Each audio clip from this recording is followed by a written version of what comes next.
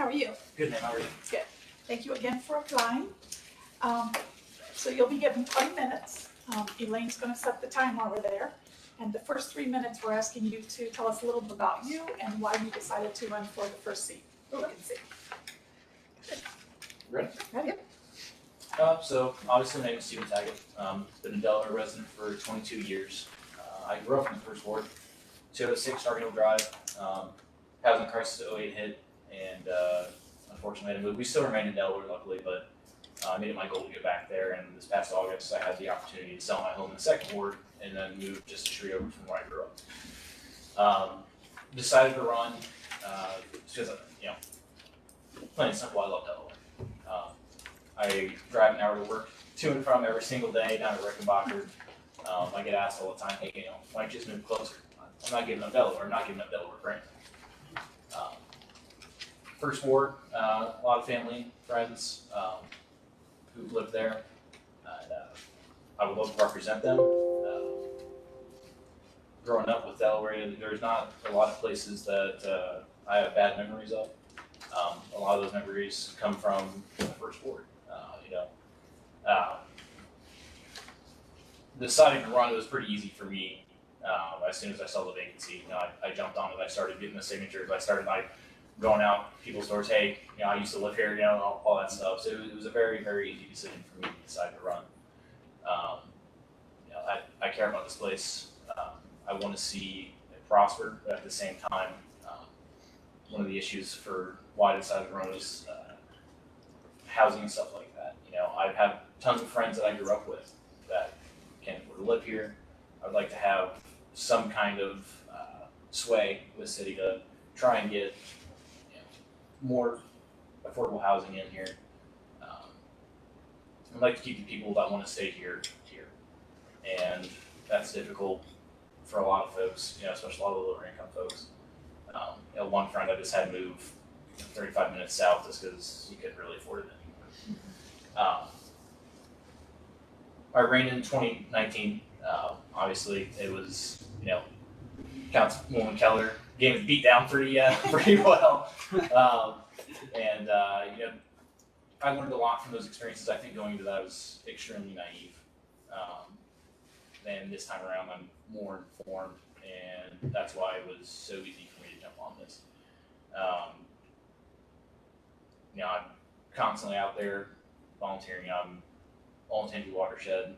Just last Sunday or last Saturday, I was out with Impact 60, cleaning trash around downtown. If there's something I can do to help keep this place up, I'll do it. Delaware really is a special place, and I would love nothing more than to help keep it special. And I don't know. I don't want to say stamp, but just kind of say I did something, say I helped, say I was a part of it. Great. And that's why I would love to be part of it. Great, thank you. Can you explain to us what a TIF is, TIF? TIF. No, I cannot. Okay. It stands for, thank you, I just went right on my head, tax financing. It's a tool that developers can use with the city to help offset some of the infrastructure. Mm-hmm. That's what it is. So I'm just hoping more people know about it. And then the second question is, what role does City Council play in the daily operations of the city? Daily operations?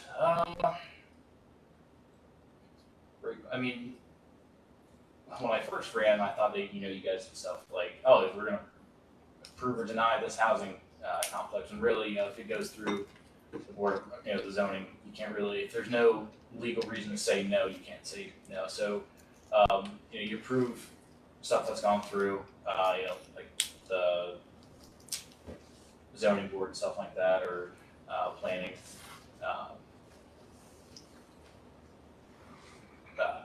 Sorry.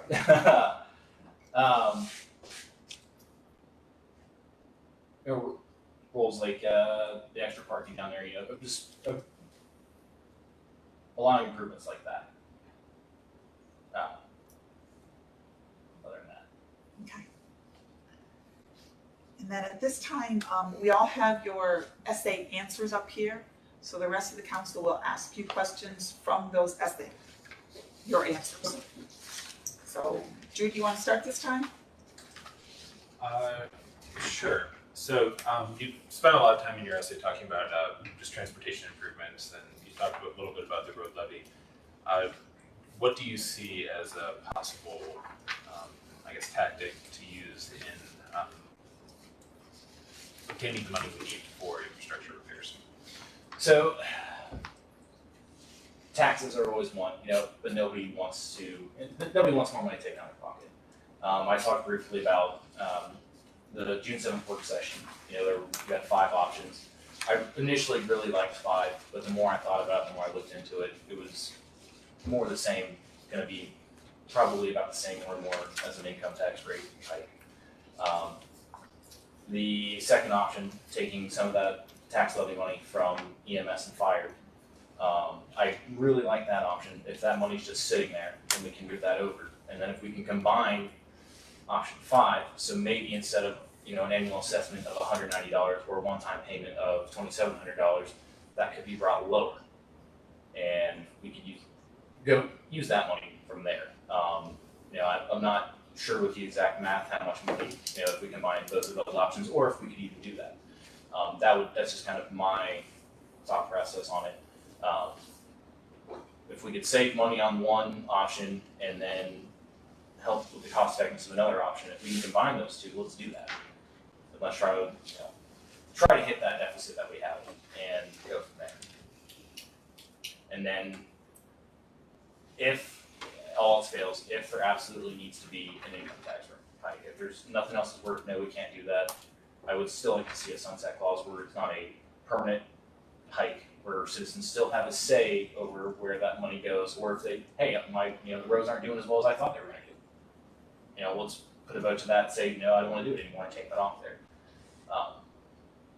Would much rather see that than just a permanent income tax hike. Any other questions? That's all. Did you have any, George? Just kind of a follow-up.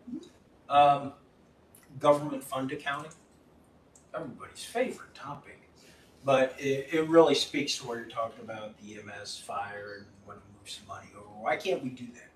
I mean, obviously, if we could do that, we would have already done it. Do you have any background on why, your follow-up there is, well, if it's between bike paths and roads, I'm always going to vote for roads. That's fine, but different buckets of money, can you? So my assumption would be that because that's what the tax levy was for, that money was slated for EMS or fire, that we would have to put that to vote to make sure that's okay to take it from that bucket, because it was already slotted for one thing. You just can't grab it and move it over.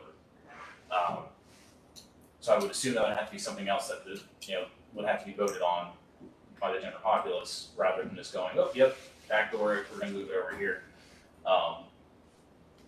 That would be my thought process, is that it's because it was slated for something else, you just can't take it for no other reason and move it over. I think if that happened, there'd be, we're going to take money from Parks and Rec and we're going to, use it on a new stadium or some stuff like that. You just can't do that. Any questions? You mentioned affordable housing. Yes. And the need for affordable housing in your essay. What thoughts do you have on how we can do a better job of acquiring housing that's workforce housing? So the Channing Street apartments, I haven't seen any. I don't believe I've seen much movement on that than the last time it was talked about, because I can't remember the exact date. I apologize. If we could figure out ways to incorporate more of that, so it's nice that we have the Flats on Hell, incredible apartments. They're going to bring in people that want to live here. They're nice.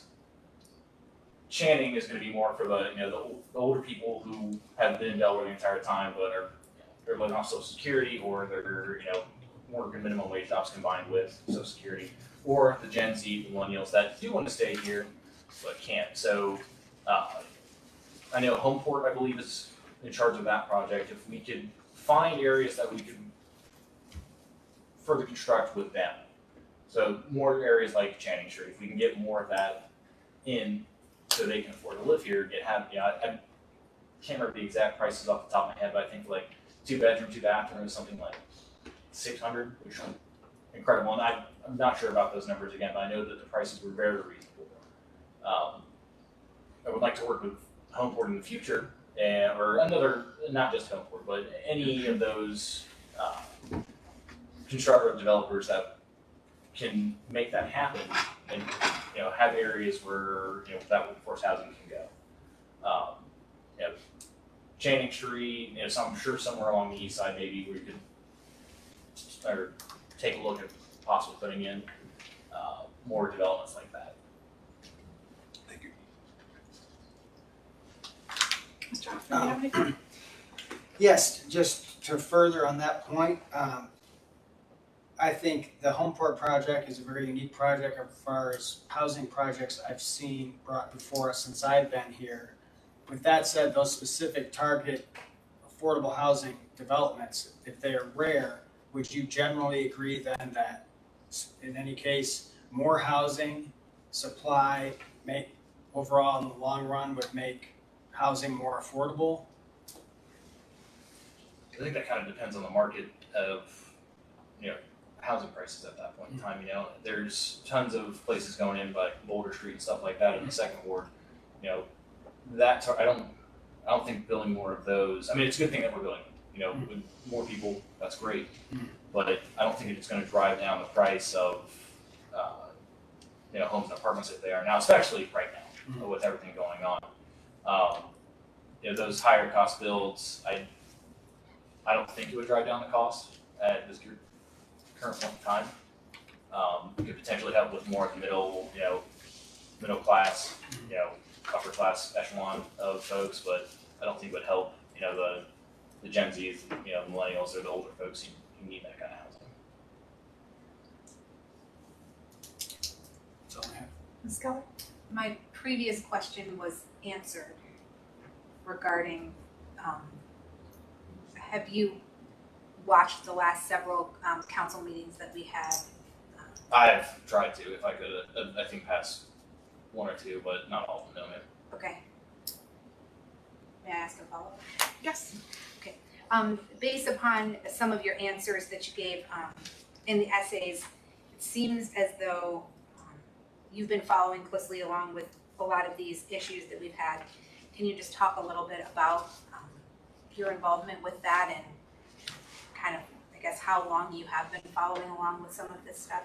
So the Channing Street, as soon as I saw that, when it first popped up, I've tried to keep eyes on that, but like I said, I haven't seen anything recently. I know like the parking and stuff. I talked about that. When I first found out about the Spring Street parking, that was incredible.